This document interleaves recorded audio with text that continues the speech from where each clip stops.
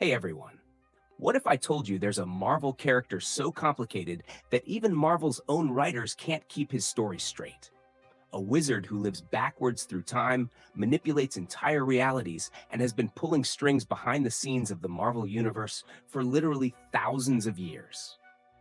Meet Merlin. But here's the thing. Nobody, and I mean nobody, knows who he really is. His past is a tangled web of contradictions, intentional lies, and timeline manipulation so complex that Marvel's own cosmic entity, called the Watcher, threw up his hands and said, "This guy lives both backwards and sideways in time." Imagine trying to solve a jigsaw puzzle where the pieces keep changing shape while you're holding them, and someone keeps adding pieces from completely different puzzles. That's Merlin's origin story. But let's start at the beginning, or what might be the beginning. Picture this. 18,000 BC. Atlantis is crumbling into the ocean like a house of cards in a hurricane. Ancient civilizations are dying. But on a small island called Ruta, next to the mystical Avalon, a young priest named Myrrodin receives a prophecy that will echo through millennia. The Sun Temple is burning. The priest's weathered hands shake as he gathers ancient scrolls, knowledge that could reshape the world. He looks at young Myrrodin and makes a decision that will alter the course of human history. "Take these artifacts," he whispers. "Take Igraine and her daughter Morgan. Avalon is doomed." And just like that, volcanic fire consumes everything. The island disappears beneath molten rock and boiling sea, but Myrrodin survives. He escapes with the priestess Igraine and her daughter Morgan, carrying the accumulated wisdom of a lost civilization. He changes his name to Merlin. He arranges for Igraine to marry Gorlois, Duke of the Tin Islands. And when Morgan reaches adolescence, he takes her to the Aran Islands as his student. This is where things get twisted. Now, here's where Merlin's story becomes a psychological nightmare. According to legend, he's the son of a demon and a virgin princess. Imagine being born with ultimate power, but also carrying the literal weight of evil in your blood. Your mother, terrified of what you might become, drinks holy water and becomes a nun just to save your soul. But the world doesn't care about your internal struggle. When you're just a boy, King Vortigern captures you 69 for human sacrifice. You're standing there, a child, about to die, and suddenly your powers explode outward like a dam bursting. You reveal dragons sleeping beneath the earth. You watch kings destroy each other. And in that moment of terror and triumph, you see a vision of the future. A vision of Arthur. Therefore, Merlin becomes something far more dangerous than any demon. He becomes a puppet master. Picture chess, but the board is reality itself, and the pieces are human lives spanning centuries. He sees King Uther Pendragon's lust for Igraine, the same Igraine he once saved from Atlantis, now married to Gorlois. Most wizards might counsel restraint, but Merlin? He fans those flames like oxygen on fire. He uses his magic to make Uther appear as Gorlois himself. The deception works perfectly. Uther gets what he wants. Gorlois dies in battle. Arthur is conceived through magical trickery. But here's the kicker. Merlin demands ownership of the child as payment for his services. He takes baby Arthur and gives him to Sir Ector, becoming the boy's secret tutor. For years, he shapes the future king like a sculptor molding clay, all while working in the shadows. During this same period, Merlin does something that will echo through the centuries. He befriends Arthur's distant relative, the Baron of Scandia. This isn't casual friendship. This is another chess piece being positioned for a game that won't play out for decades. When Uther dies, Britain tears itself apart like wolves fighting over a carcass. Chaos reigns, blood flows in the streets, warlords claim territories while peasants starve. Merlin has one final card to play. He creates Excalibur. Not just any sword, but a weapon that hums with otherworldly power. The metal gleams like captured starlight, forged with magic so ancient it predates human civilization. He embeds it in stone so deep that armies of men couldn't budge it. Then he makes his proclamation. Whoever pulls this sword from the stone shall be King of England. Of course, Arthur succeeds. Of course, he becomes king, because Merlin orchestrated every single detail across decades of planning. And then there's Morgan Le Fay, Morgos's sister, another daughter of Gorlois and Igraine. Merlin teaches her sorcery, and she becomes his lover. Picture two of the most powerful magical beings in existence, their energy crackling between them like lightning contained in human form.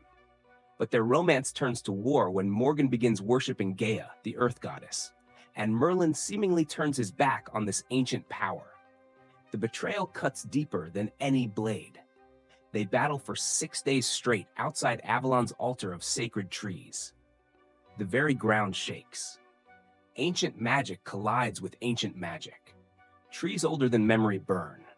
The relationship that should have been legendary becomes a legendary destruction. Meanwhile, through cosmic manipulation we can barely comprehend, Merlin obtains a starstone meteorite. But he's not working alone. Professor Justin Alphonse Gamble from the Time Variance Authority helps him, thwarting enemies called the Incinerators who want the meteor for themselves. Merlin trades his precious Book of Skelos, ancient knowledge worth kingdoms, for this cosmic stone. He forges it into the Ebony Blade, a weapon so powerful it corrupts everyone who touches it. One by one, he watches potential heroes become monsters, their souls twisted by the blade's dark influence. And one by one, he's forced to kill them with his own hands. The weight of these murders crushes him, until he realizes the truth. Only someone pure of heart can wield it without corruption. He finds Sir Percy of Scandia. Remember that baron he befriended decades earlier? This is Percy's descendant, and Merlin's long game finally pays off. He transforms Percy into the Black Knight, finally having his weapon against Mordred. But the irony cuts deep. The blade meant to save Camelot becomes part of its downfall when Mordred and Morgan Le Fay manage to preserve the Ebony Staff, another weapon forged from the same cosmic stone. But Merlin's manipulation of Sir Percy goes deeper than anyone realizes. He sends Percy to Camelot, disguised as a cowardly fop. Think Clark Kent's bumbling act, but with medieval flair. Percy appears weak and pathetic by day, but transforms into the mighty Black Knight by night. Merlin feeds Percy intelligence about assassination attempts. When Mordred hires killers to murder Arthur, the Black Knight appears mysteriously to save the day. Arthur knights this mysterious hero, never suspecting that his court's most mocked nobleman is actually his greatest protector. The psychological toll on Percy is immense. By day, he endures mockery and contempt. By night, he risks his life for people who despise his civilian identity. And through it all, Merlin pulls the strings, even showing Percy secret passages within the castle so he can maintain his double life. When Percy gets injured during a contest, Merlin briefly impersonates the Black Knight himself to protect his agent's secret identity. The master manipulator literally becomes his own creation to maintain the deception. Picture Merlin hunched over his crystal ball, magical energy swirling around him like visible thought. The sphere reveals Mordred's latest plot, a jousting challenge with a poison-laced lance meant to kill Arthur. But instead of confronting Mordred directly, Merlin whispers the intelligence to the Black Knight. Again and again, this pattern repeats.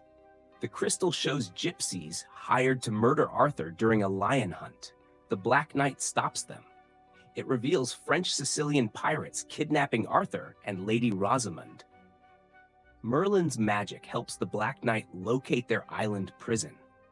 When Mohar Jin of the Tartars conquers Camelot itself, Merlin sneaks the Black Knight into the castle for a final confrontation. Each victory feels hollow because Arthur never knows how close he came to death.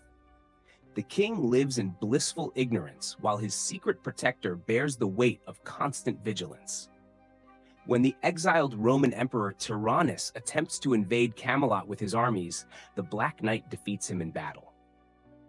But Merlin's punishment reveals the scope of his power. He doesn't just imprison Tyrannus, he banishes him to Subterranea, the underground realm beneath the Earth's surface. This becomes a pattern. When the demon Thon threatens reality, Merlyn banishes him to a prison within Wundagore Mountain. But his power has limits. He cannot prevent the young mage Mordred the Mystic from falling under Shaitan's influence after using the cursed Book of the Darkhold. The battle to stop Mordred requires Merlyn to ally with Sir Brendan of the Catholic Church, combining pagan magic with Christian power. Together, they defeat the Darkhold's corruption and entomb Mordred for centuries. But this victory comes at a cost. Merlyn realizes that even his vast power cannot save everyone from their own choices. When he returns to Camelot, he finds an impostor called the Mahayogi impersonating him. Rather than simply exposing the fraud, Merlyn entombs him for centuries as well. The message is clear.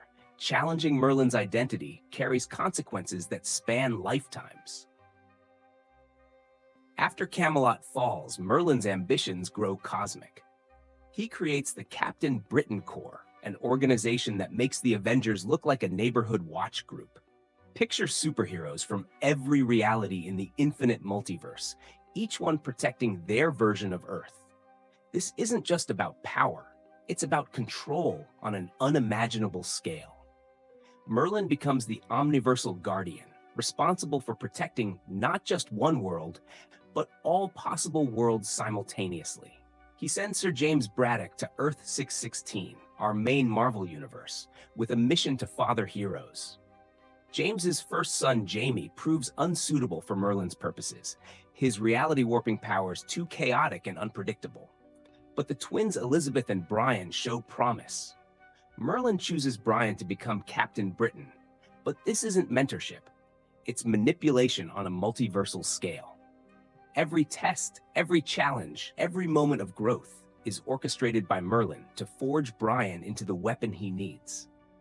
Then comes Mad Jim Jaspers, a reality-warping mutant whose power threatens not just Earth, but the fabric of the multiverse itself. Jaspers creates the Fury, a cyborg monstrosity designed to hunt and kill superhumans. This isn't just a robot, it's an adaptive killing machine that learns from every encounter, becoming more efficient with each murder. The battle is cosmic in scope.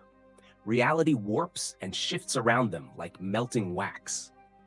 And in the end, Merlyn seemingly sacrifices himself to stop both threats. He dies heroically, saving not just Earth, but every possible Earth across infinite realities. His daughter Roma mourns him. Captain Britain grieves for his mentor. The entire Captain Britain Corps honors his memory. The funeral is cosmic in scope, attended by heroes from across the multiverse. But it's all a lie. Merlyn fakes his death and hides even from Roma, manipulating her and Captain Britain into forming Excalibur. For years, he lets his own daughter believe she's alone, carrying the weight of cosmic responsibility. Meanwhile, Merlyn manipulates events to bring together Nightcrawler, Shadowcat, Phoenix, and Captain Britain into Excalibur. He ensures they take the lighthouse as their base, a tower that's actually part of the cosmic matrix that powers the Captain Britain Corps. They have no idea they're living inside his power source. All of this manipulation serves one purpose: preparing for the return of Necrom, an ancient enemy whose power rivals Merlyn's own. When Necrom finally resurfaces, Excalibur faces a threat that could destroy reality itself. The battle is everything Merlyn planned for. Rachel Summers, wielding the Phoenix Force, manages to kill Necrom in a display of cosmic power that shakes the foundations of existence. And then Merlyn appears, congratulating Excalibur on their victory as if he'd been watching from the sidelines all along. The team's reaction is volcanic. They've been manipulated, endangered, used as weapons in a cosmic game they never agreed to play.